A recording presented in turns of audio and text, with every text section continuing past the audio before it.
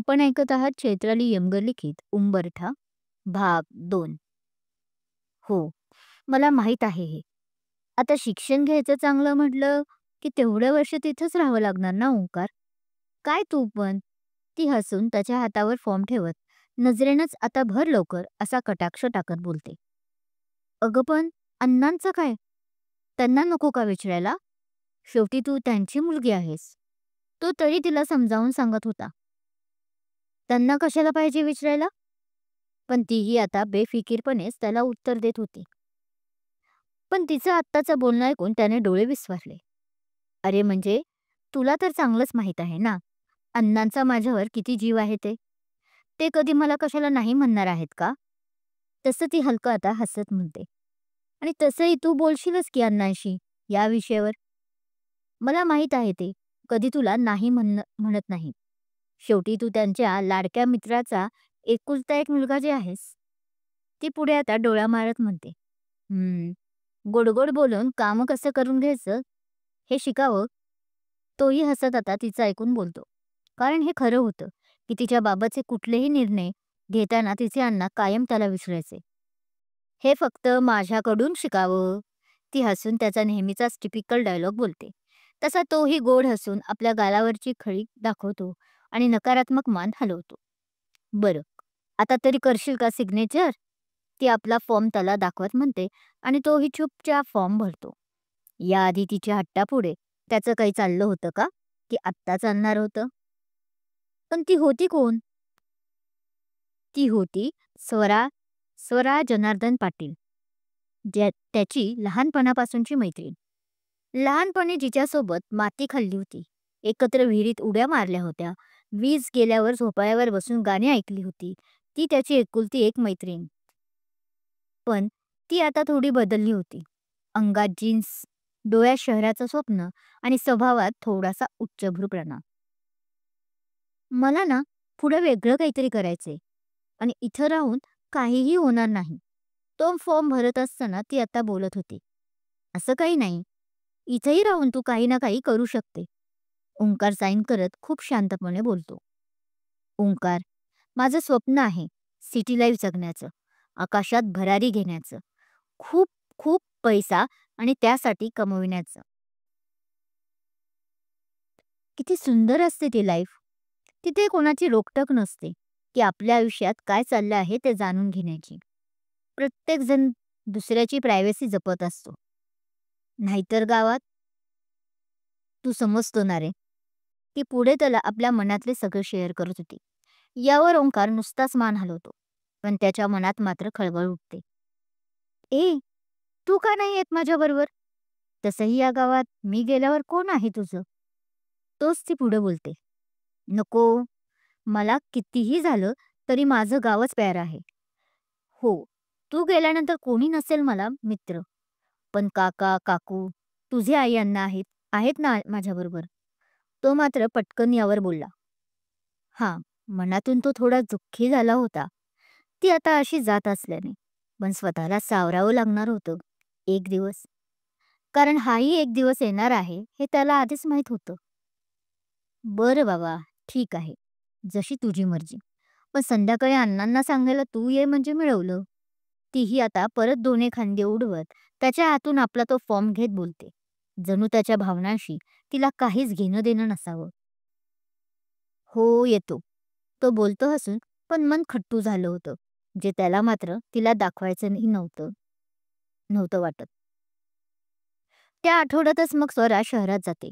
ओंकार तिला स्टेशनवर नेहमीप्रमाणे सोडवायला गेला होता. गाडी सुटते. पण त्याचं मन एका रिकाम्या कंपार्टमेंटसारखं झालं होतं. ती जाताना मात्र एकदाही मागे वळून पाहत नाही. पण ओंकार स्टेशन सुटल्यावरही तिथेच उभा असतो. इथेच 4 वर्षापूर्वीचा फ्लॅशबॅक संपतो. त्याचं हॉटेलमध्ये त्याच हॉटेलमध्ये आता डोळे मिटून आठवणीत रमलेला ओंकार आवाजाने भानावर येतो. समोर वेटर असतो. सॉरी सर, ते काचा ग्लास फुटला ना? त्याचा धक्का चुकून लागल्याने तो वेटर गडबडून बोलतो. हो, आणि काहीतरी आतही. ओंकार हलका स्मित करत म्हणतो. अजून काही फुटले का सर? वेटरला मात्र त्याच्या बोलण्याचा बोध नीट होत नाही. नाही, तो मान हलवत म्हणतो आणि उठून शांतपणे बिल भरतो. स्वरा, जिच्यासाठी त्यानं स्वतःची ओळख गमावली होती, ती आत्ता इतकी बदललेली दिसली की त्याच्या आठवणीतील स्वरा हरवली होती. पण त्या बदललेल्या चेहऱ्यामागे काही हरवलेलं होतं. हे मात्र ओंकारच्या नजरांनी बरोबर ओळखलं होतं का? हॉटेलच्या बाहेर पाऊस रिमझिम सुरू झाला होता. ओंकार बिल भरून पडला. पण मन मात्र अजूनही त्या तुकडलेल्या आठवणीत अडकून पडलं होतं. त्याच्या हातात आता एक छोटी डायरी होती, जी तो हल्ली कुठेही जाताना बरोबर नेत असे. तो आपल्या आलिशान मर्सिडीजमध्ये बसला आणि त्याने आपल्या बंगलोकडे कार ड्रायव्हरला घ्यायला सांगितले. स्वरा, तू इतकी बदललीस तरी तुझं अजूनही तसंच आहे. तू डोळ्यातून सांगितलंस सगळं, पण या शब्दात मात्र यावेळी काहीच नाही, त्याने मनातल्या मनात म्हटलं. त्याच्या त्या पॉश बंगलोवर पोहोचल्यावर त्याने रूममध्ये आपल्या येताच ती जपून खिशात ठेवलेली डायरी अलगद उघडली. स्वरा गेल्यानंतर त्याने लिहायला सुरुवात केली होती. प्रत्येक पानावर तिचं नाव होतं. कधी रागात, कधी प्रेमात, कधी तुच्छतेत, कधी वेदनेत. पण ती डायरी फक्त त्याची होती, बाकी कुणासाठीही नाही. स्वरा जशी पुढे गेली तशीच पुढे जात राहिली. पण मी मात्र तिथेच थांबलो. ना पुढे गेलो, ना मागे आलो. तो स्वतःशीच पुटपुटला. एक दीर्घ श्वास घेऊन त्या डायरीची पाने बंद करत आपला भूतकाळही बंद करायचा तो निष्फळ प्रयत्न करण्यासाठी फ्रेश व्हायला आपल्या बाथरूममध्ये शॉवर घ्यायला गेला. बराच वेळ गेला. तो झोपायच्या तयारीत असताना फोन खणानला. स्क्रीनवर नाव झळकलं. अनिरुद्ध मामा. हा स्वराचा मामा होता. पण स्वरा जशी निघून गेली त्यानंतर तिचे सर्व नातलग आता त्याचे झाले होते. अगदी तिचे आईवडील सुद्धा. हो मामा, तो फोन उचलत म्हणाला. ओंकार, उद्या येतोयस ना? अण्णांचं तब्येतीचं काहीसे बिघडले. डॉक्टरनी तपासणी करायला सांगितले. अनिरुद्ध मामा खूप काळजीनं बोलले. काय काय झालंय त्यांना? तो घाबरून उभाच राहिला. काही गंभीर नाही वाटत, पण तू इथे असलास तर बरं वाटेल त्यांना. अनिरुद्ध मामा, मी सकाळी पहाटेच निघतो मामा, असं म्हणून त्याने फोन ठेवला. अंधाऱ्या खोलीत तो पुन्हा एकदा बसला. स्वरा तर गेली, आई सुद्धा. पण आता अण्णांनाही काही झालं तर? या विचाराने त्याच्या काळजावर हात गेला. त्या रात्री तो काही झोपू शकला नाही. दिवा न लावता अंधारातच तो खिडकीतून बाहेर पाहत राहिला. गावाची, अण्णांची, स्वराची आठवण एकामागून एक डोळ्यासमोरून सरकत होती. सकाळी 5च्या सुमारास तो आपल्या गाडीने निघाला. गाव जवळच असल्याने आणि ड्रायव्हर काकांना त्रास नको द्यायला इतक्या सकाळी म्हणून तोच आता आपली मर्सिडीज चालवत होता. खिडकीची काच थोडी खाली केली. एका हातात पुन्हा तीच डायरी होती. प्रवास शांत होता, पण मनात मात्र अण्णाच्या काळजीने वादळ कोसळलं होतं. गावात पोहोचल्यावर त्यानं थेट आपल्या घराकडे न जाता अण्णांच्या घरी गेला. दार उघडलं गेलं.